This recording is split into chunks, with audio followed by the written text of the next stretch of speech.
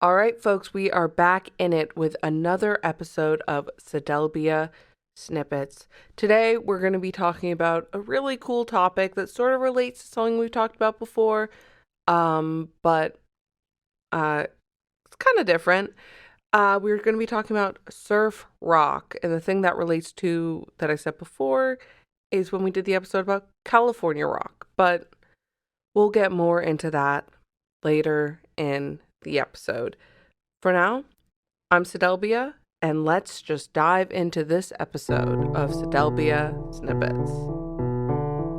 Welcome to Sedelbia Snippets, Season 2. So, for this episode, like I said before, we're going to be talking about surf rock. Now, this genre started around the end of the 50s with the movie Gidget and / book coming out in 1959. Now, this love of surf and that sort of vibe was around before this movie came out. The reason this movie is important is because it created a cultural shift towards this surf aesthetic. Now, in the movie itself, Gidget, there isn't actually very much surf rock, if any at all. There is music, but it's not what we would consider surf rock. Like I said, it was more that it created this love and fascination of the aesthetic and of the beach theme. Although surf rock ended up ending around the late 60s with the British invasion of the Beatles and all of that, and also with the Vietnam War playing a bigger role in American culture. Quick editor's note, the Vietnam War actually started in the mid-50s and ended around the mid-70s, but it was around the mid-60s to the end of the war that protests really began ramping it up, and the American people were becoming really pissed off about this war. Just for context for all of you. People weren't really in the mood to be just going on vacation every day and surfing on the beach. People were angry and wanted something new, wanted a change. But Vietnam era rock music is something we can talk about in another episode. For now, let's go back to surf rock. Now, one of the big names to know about is the Beach Boys, and we've spoken about the Beach Boys before in the California rock episode, which I really recommend going back and giving a listen to. That's from season 1. Basically, they were a super big band in like the 60s and were known for their vocal harmonies. I mean, honestly, I'm guessing most of you, if you're listening to this podcast, you probably already know who the Beach Boys are. A band that, or at least a music group that wasn't as well known, but still pretty famous, is Jan and Dean. It was sort of the Beach Boys, and Jan and Dean are kind of the big names of surf rock.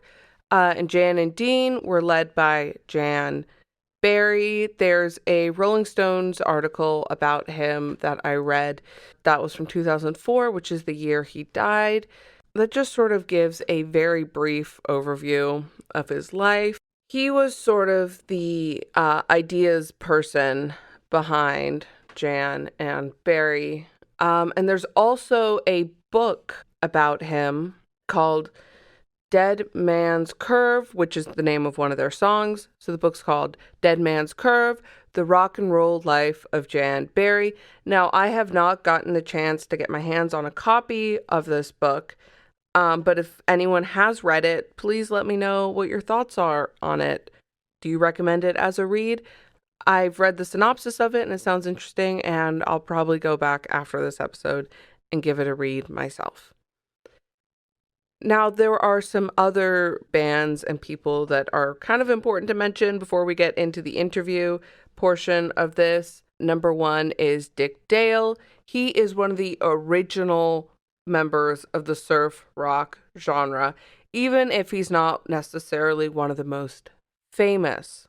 He was born in 1937 and he is one of the original electric guitarists, which is a super cool thing to say. He was also friends with the inventor Leo Fender, which, if you've listened to the electric bass episode, you might recognize that name. We've had so many crossovers this episode. It's so fun being able to pull information from previous episodes, because it feels like creating a expanded universe, I guess. The MCU of music history. I don't know. Fun fact, Dick Dale was not actually his real name. It was a stage name because it's a lot easier to say and probably sounds cooler to him than Richard Anthony Monsoor, which was his real name, at least according to the NPR article I read. The other band that's important to know about is the Safaris. They were formed in 1962, and according to their bio, when they formed the band, they were all teenagers. So from the ages of like 15 to 17. And it wasn't long after they released their first single, which is super cool to say. When I was 15, I definitely was not releasing songs to the scale of the Safaris. I was, I don't know, scrolling through the internet and reading cheesy romance novels. And I was in jazz band, so I guess there's that. But not at the level of the Safaris. Anyways, that's sort of like a brief overview of some important names to know for this, but we'll really get more into it with our guest for this episode, who just super knows what he's talking about and is one of the coolest people I've ever met. We actually were mutuals on TikTok forever ago, and I eventually reached out to him and asked him to come on the show, and he very kindly agreed. He surfs, he's a rock guy, he has a cool backpack drum, which is super awesome, and is also a super nice guy and really knows what he's talking about with this stuff. So let's head over to my interview with SoCal Jack. Yeah, so let's just start with I we both follow each other on TikTok. So there's that. I love your TikToks.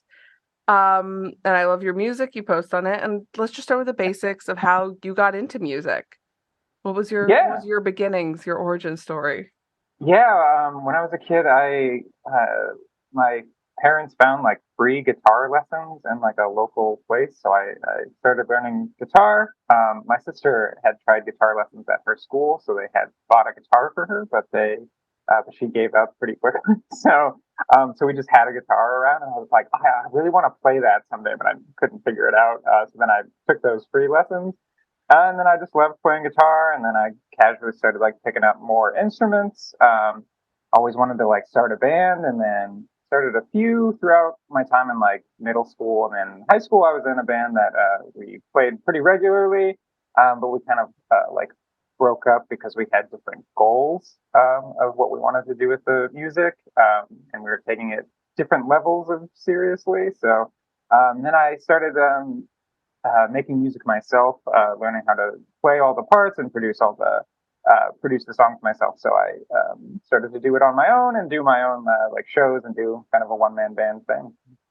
Yeah, and that's sort of how you got pretty big on TikTok. When did you start using TikTok? And because that's the reason I'm talking about is because that's how I found you. And Mm-hmm. started like consuming your content and your music. So when did you start posting on that platform? Yeah, I started around I guess it was probably January 2021, about like because I couldn't play shows anymore after COVID. I remember I played a show in January 2020, and that was the last show for a while. So I was doing these videos. There's an app called Acapella where you can play in sync different videos of instruments at the same time.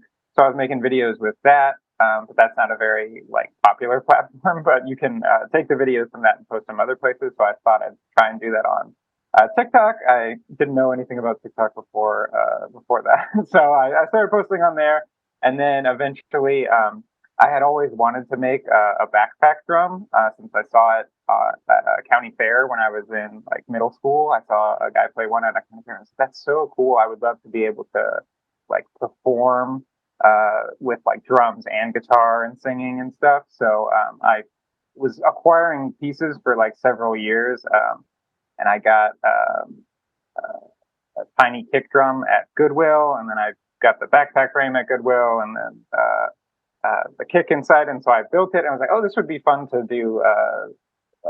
I started out not wanting to do covers and just do my own music on TikTok, but then I started to do covers, and it was really fun to kind of figure out how to arrange those. But I like to do a good mix of covers and originals on there, and I love doing. One of my favorite types of videos to make is like a filter that will pick a song at random or an artist at random and play like a video or play a song from that artist or album or whatever it And is. I just want to say my personal favorite videos you do are the ones where you're out in the ocean on your surfboard playing Oh a yeah. ukulele. I just wanted to ask, what made you think to bring a ukulele out into the ocean? And also, how do you do that? I used to be a Yeah. paddleboarder, and I'm like, maybe I could Uh-huh. strap it on my back. Yeah.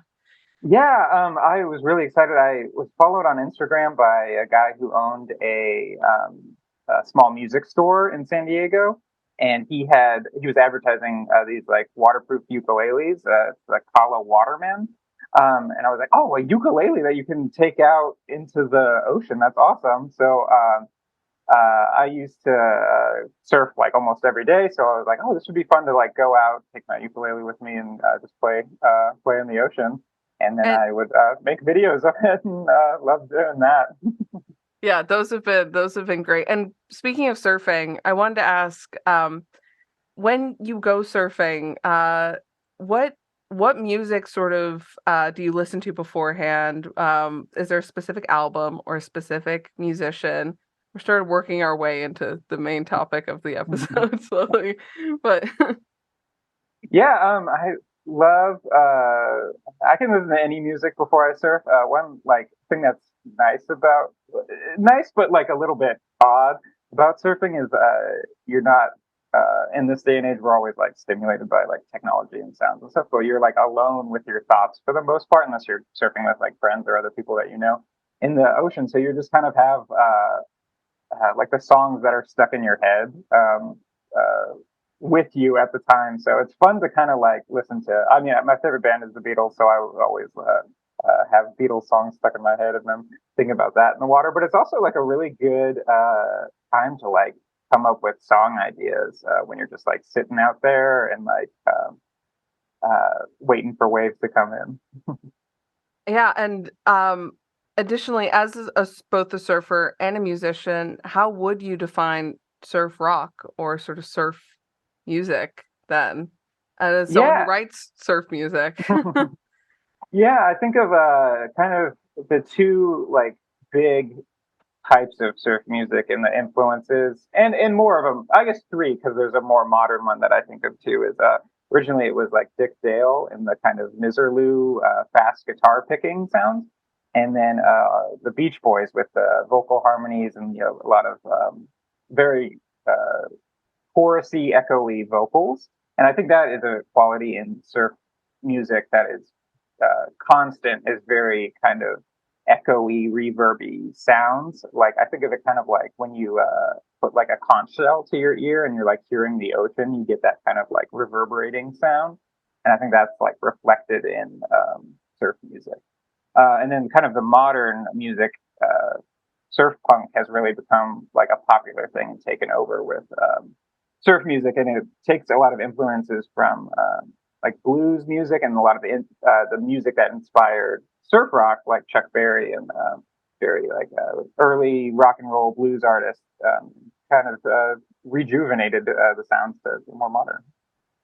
I I love that. I hadn't even begun researching modern punk or like modern punk surf or music, so I have to add that to the list of topics to research for this episode. Um you mentioned being a fan of Dick Dale. You also just mentioned him. And for the listeners out there, he is one of the earliest pioneers of the surf rock genre. as you mentioned, and I will be mentioning more. Uh, what was it about his music? Because we're sort of starting with the origins now of Mm. surf rock. What was it about his music that really struck a chord with you?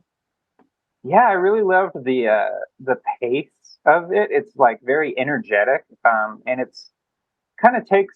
I think it's what kind of makes early rock and roll really popular at the time, but also that has made it last such a long time. Is the energy of it? There's lots of really fast guitars and really interesting drums. I love cymbals and drums. I love to hear that on a track. Is drum cymbals and snare um, going together well. And I also really love like reverby guitar where it's like fast but it's echoey. And I think just from I love how it's a adaptation of blues music because you could always hear like really bluesy like bass lines in um, early surf music, Dick Dale's music. Specifically, I love the drums. To be honest, is one of my favorite things about Dick Dale's music. Although he is the guitar player, so um, but his I love how he makes the uh, there's so much energy in his songs through his guitar, but it blends so well with the drums and everything that goes on in his songs. Yeah.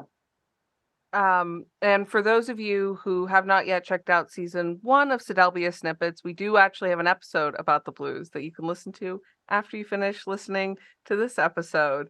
Um, so do you have a favorite then subgenre of surf rock? Because we just briefly spoke about early surf rock. You mentioned modern or more modern surf rock. Is there a specific one that you focus on or that has most greatly inspired your music? Hmm. Yeah, I think kind of like around 2010s, surf punk is really one of my favorite types of music to listen to. Some bands that are pretty influential to me are Fiddler, which is a LA-based band, and then there's a Bay Area band called Meat Market that has probably what I would say is one of the best surf punk songs ever. It's called "Don't Surf," which is a funny song about being from California and not surfing, but it's like a surf punk song. It's got just like classic kind of higher octave guitar riffs that are really reminiscent of early surf rock, as well as the bassy rhythms. Uh, bassy blues rhythms from early surf rock as well. But it's got like the punk attitude to it. I love that. I love that. Yeah, we've spoken heavily about punk rock on this podcast because people love punk rock. It's a great genre and it really resonates with people. So I'm so excited to hear about more variations of it. Mm-hmm. Um, I also want to go back to the Beatles. We're sort of jumping around a little bit here, but you mentioned it's one of your favorite bands. It's another band we have mentioned multiple times on the show because it's a it's the Beatles. Um, and one of the things that sort of has come up in previous episodes is that there is a lot of overlap between the Beatles and the California rock sound or that surf Mm-hmm. sound. And one of the things you mentioned in your email to me is how it sort of overtook that sort of California uh, rock sound. But do you feel there's an overlap in the sound, or do you think it was a complete sort of just overhaul? Yeah, I think it like influenced it kind of almost like a circular circular the right word? It was like growing but influencing each other at the same time. Like I feel like one of the biggest influences of surf rock and the Beatles was Chuck Berry and kind of his style of incorporating blues, but also early rock and roll and his riffs and his kind of more bluesy bass in the background. Um, and so that influence spans like the Beach Boys and Dick Dale to make surf rock. And then when the British invasion happened, it kind of took over the surf rock sound. But the Rubber Soul, the Beatles album, was influential to Brian Wilson of the Beach Boys to then make Pet Sounds and incorporate more folk rock elements into their sound, which then influenced the Beatles to do Sergeant Pepper's and then kind of further influence each other throughout music. So I think it's really great how I don't think Well, it is like kind of the saying is that the Beatles and the British invasion killed surf rock, but I think it influenced they influenced each other, and while surf rock may not have been as popular anymore, it was alive in music throughout that time period, still kind of living on in folk rock a little bit, and also in back in the USSR, which is an amazing surf rock song by the Beatles. I'm so happy you mentioned the like weaving of the Beach Boys and the Beatles because that was something if you didn't mention it, I was gonna add in at some point later in the episode as like a tag on tag, you know what I'm trying to say Yeah. thing. Um and speaking of songwriters and songwriting, I had asked if you had an MP3 or a song in mind, an original song that you'd be comfortable sharing, either playing live or sending me an MP3. Um, and before I share that with the audience, I would love a little information about about the song. Yeah, no, I have a surf rocky song that I think will fit well. It's very Beach Boys influenced that I can send you the MP3 for. It's called The Beach, My Dear. It definitely takes. I saw the documentary Echo in the Canyon, which is about the Laurel Canyon music scene in the '60s, and Brian Wilson's in it as well as Ringo and Bob Dylan's son Jacob Dylan. They talk about kind of how folk rock came to be and was taking influence from the Beach Boys and the Beatles, and then the bands like the Byrds and Crosby, Stills, Nash and Young were all kind of in the same area and influencing each other, but they were also influencing wider music at the time. And so I was like, oh, I that's the name of the music of folk rock, and then that's like the style of music that I was kind of already making, but I wanted to be more intentional about that. So I started listening to more of those bands and more Beach Boys music and trying to pull elements from that to incorporate into my music. So I started messing around with more kind of bluesier bass riffs that are more present in the mix, and jangly electric guitar that's very reverbed and delayed, so it has that kind of ocean sound for surf rock. And yeah, it's a song about the beach. It's called "The Beach, My Dear," and it's one of my favorite songs that I've produced.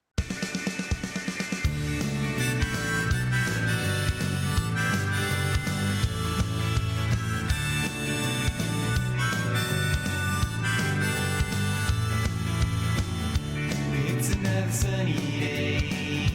We ain't got no money, but we can go to the beach, my dear. It's another lonely night, but take man will be alright, and we'll go to the beach, my dear.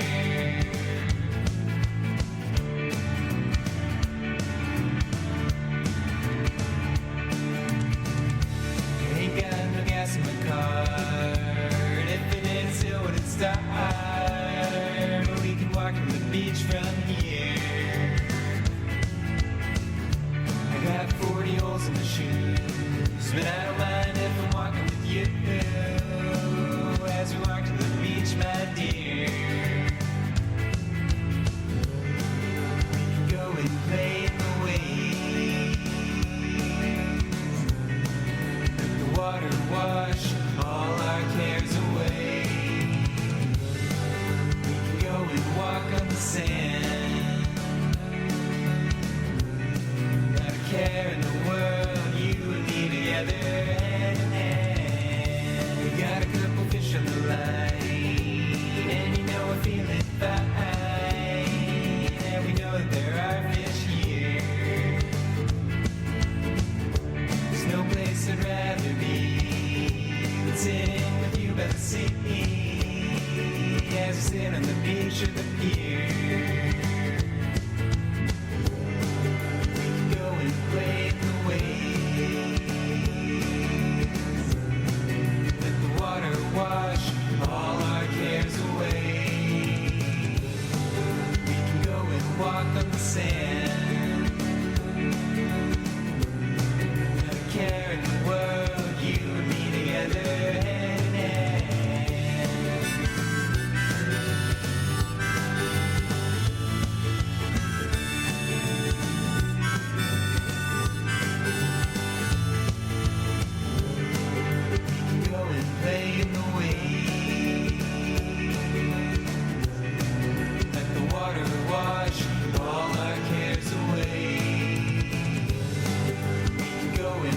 on the sand. Not a care in the world, you and me together.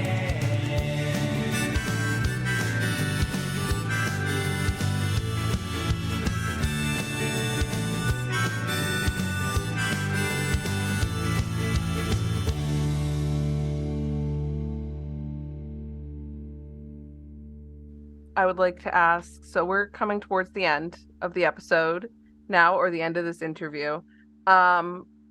What advice would you have? I ask this to everyone, but what advice would you have for someone getting into your genre? So in your case, surf Mm-hmm. rock, someone who's just kind of like interested in it, maybe grew up in California like we did, um, and just sort of wants to learn more about that music, that sound, that community. Where should they start?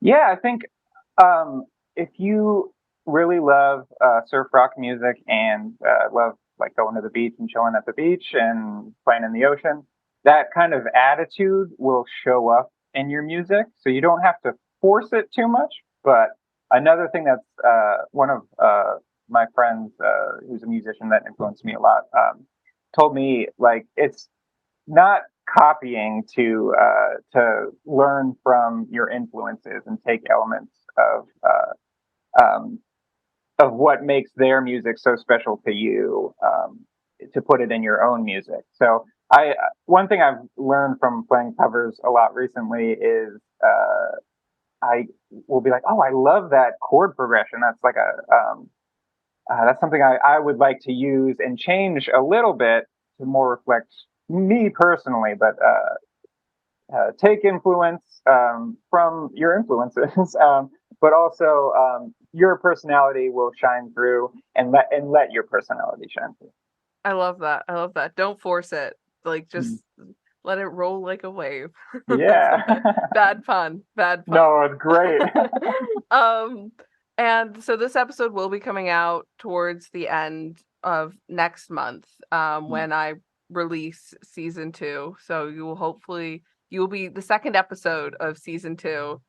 Great. Um is there anything you would like to shout out or promote that is coming up in the next couple months? Yeah, I'm going to be releasing a new song soon. It's called Evelyn Evelyn All the Time. It's kind of a surf rocky song, but it does have mandolin in it. I love incorporating like kind of folky instruments into my music. So that's coming out, and then I'm also working on an EP called Esquire, that should be coming out towards the end of the summer. And yeah, so keep an eye out for that. You can follow me on like TikTok and Instagram, and yeah. Now Threads is a thing. So Oh on yeah, that. I haven't So. gotten on Threads yet. What's it like? What's I the have, deal with that? I don't know. I made one. I post like puns with my. I am going through this phase right now where I'm coming up with puns to go with my songs, and then so Oh, I'll I just write love a pun that. and then put my single cover on it. Oh, I feel less bad about my terrible pun just Oh. just then. And any final thoughts? This is your moment to just sort of say whatever you want, if you have anything to say.